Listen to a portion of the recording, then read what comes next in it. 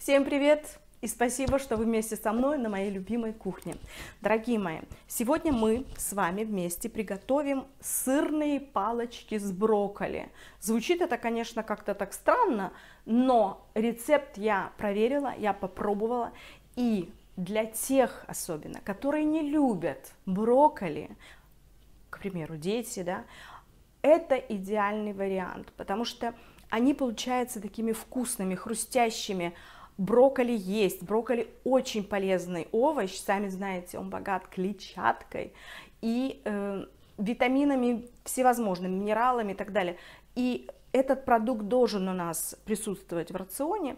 А здесь, в этих самых снеках, мы как бы этот продукт скрываем. Почему? Потому что здесь доминирует вот этот сырный вкус, и их можно кушать как с каким-то, я не знаю, вместо хлебца, например, или как брать его как на перекус. Это все очень вкусно и красиво, аппетитно смотрится. Ну что, давайте приступать к нашему приготовлению этих самых сырных палочек с брокколи.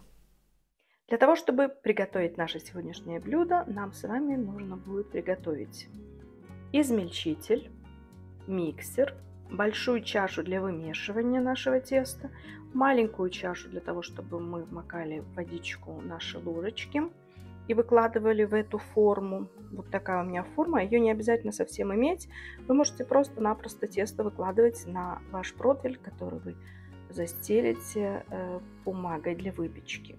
Также бумага для выпечки нам нужна будет, как я сказала, 2 ложки, лопатка, маленькая кисточка, полотенце, для того, чтобы все это было под рукой. Ну и из продуктов я взяла 250 грамм овсянки цельнозерновой, то есть это грубая, не быстро растворимая овсянка, нам нужна грубая клетчатка. 500 грамм вареной, уже такой хорошо, брокколи.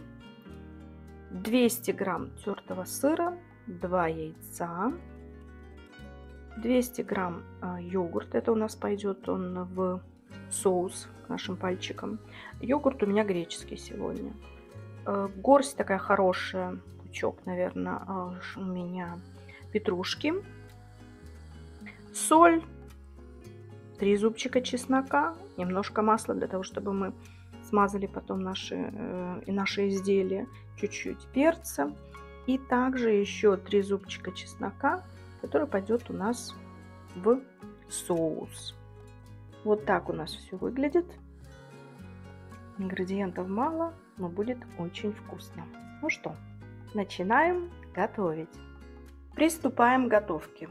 Первым делом мы должны измельчить с вами нашу грубую овсянку и брокколи. Брокколи можно также просто помять вилочкой, потому что мы уже ее сварили, отварили, она мягкая. Но, тем не менее, если у меня есть измельчитель, зачем я буду сейчас тратить время на то, чтобы вилочкой разминать, правильно? Так, все, положили. И теперь добавляем сюда же немножко соли. Не всю, потому что она у нас частично пойдет в наш соус. Так, перчик и чесночок. 3 зубчика первых. Они у нас пойдут в тесто. Вот так вот. Теперь мы все это закрываем и измельчаем. Вот и все. Открываем чашу. И вот что у нас с вами получилось. Видите, такой вот консистенции. Овсянка, она по-прежнему грубая, но брокколи у нас измельчилась. Теперь мы это все пересыпаем в нашу чашу для взбивания.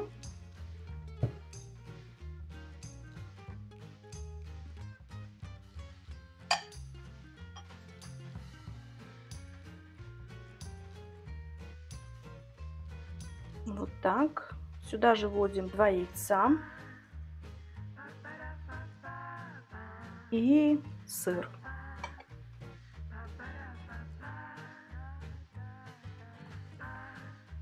Теперь все это хорошо взбиваем с помощью миксера.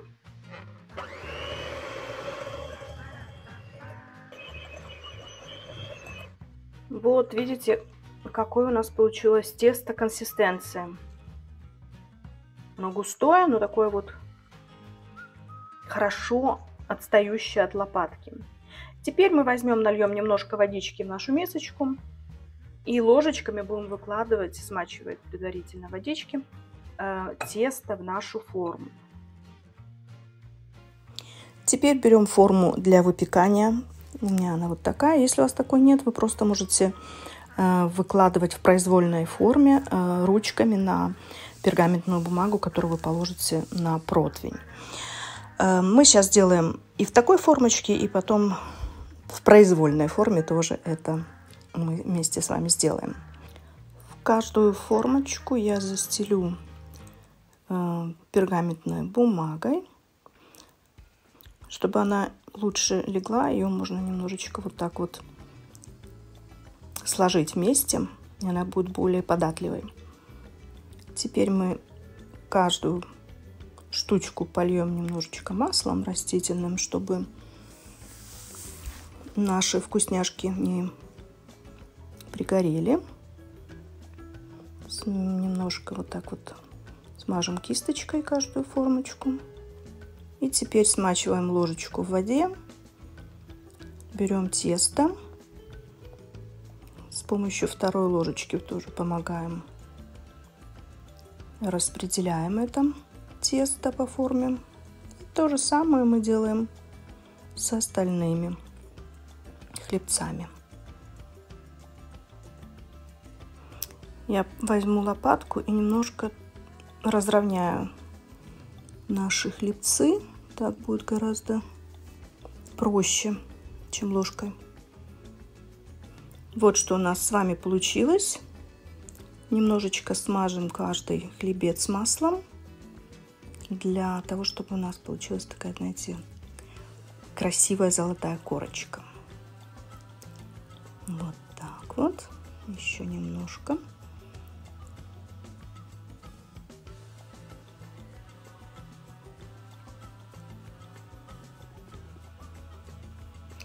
Вот такие у нас красавцы получились формочки. Ну а вторую порцию мы с вами сделаем, как я уже обещала, на обыкновенной пергаментной бумаге, которой мы застелим наш противень.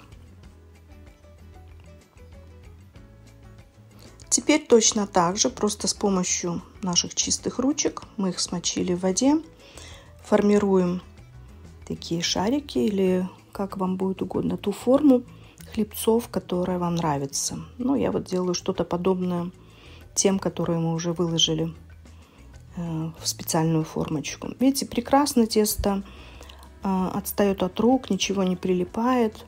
Главное их смачивать в водичке, и все у вас обязательно получится.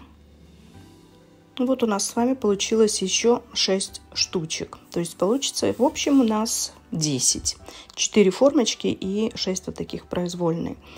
Теперь мы должны все это поставить в духовочку в разогретую на 180 градусов и запечь. Вот я немножко еще так подровняю, чтобы они были более плоскими. Так. Смотрите, все как красиво у нас получается. Ну, я решила еще немножечко смазать все-таки маслом, как и первые, да, перед тем, как мы отправимся в духовку, чтобы они у нас тоже были такой золотой корочкой. Ну что, отправляемся на минут 15-20, смотрите на вашу духовку. Когда у вас начнет вкусно пахнуть в вашей кухне и наши хлебцы станут румяными, блюдо будет готово. А тем временем, пока они будут выпекаться, мы с вами сделаем соус. То есть абсолютно все ингредиенты смешаем, и получится у нас с вами вкусный соус. Дорогие мои, смотрите результат нашей с вами работы. Посмотрите, какие они красивые, какие они пахнущие и какие они уже хрустящие. Попробуйте обязательно этот рецепт. Пока я снимала, как я делала соус, почему-то у меня на камере пропал звук. Я очень извиняюсь, но этот соус элементарно делается, то есть мы с вами смешиваем все ингредиенты, которые были для соуса. Это у меня греческий йогурт, петрушка, чеснок. Все это я перемешала, подсолила, поперчила, и получился великолепный соус. Вы увидите, как я его делаю, но сейчас я вам просто его проговорила. Друзья, эти палочки, они вкусные как холодными, так и теплыми. Просто когда они теплые, сыр как бы расплавляется, и они такие делаются немножко тягучие, но и в холодном виде они тоже очень и очень вкусные. Попробуйте этот рецепт, я вам его рекомендую, потому что, как я всегда повторяюсь, все мои рецепты я опробирую на членах своей семьи, и если им эти рецепты нравятся, только после этого я их как бы повторно записываю для вас. Поэтому удачный рецепт, вкусный, насыщает хорошо, и, повторюсь, эти палочки сырные с брокколи можно брать как перекус, также и деткам можно давать в школу. Опять же, если у вас где-нибудь будут стоять такая пиалочка, я не знаю, вот с такими снеками, то ваши детки, внуки с удовольствием тоже будут кушать, но будут кушать что-то полезное. Вот так вот, я жестикулирую, у меня тут уже соус поехал. Вот так вот. Так что готовьте, не бойтесь, экспериментируйте. И дети не всегда любят брокколи, знаете, они такие переборчивые. А в этом рецепте они получат все необходимое, то, что состоит в нашем овоще, да, и с удовольствием это все схлопают. Дорогие мои, спасибо, что были со мной еще раз. Оставляйте свои комментарии.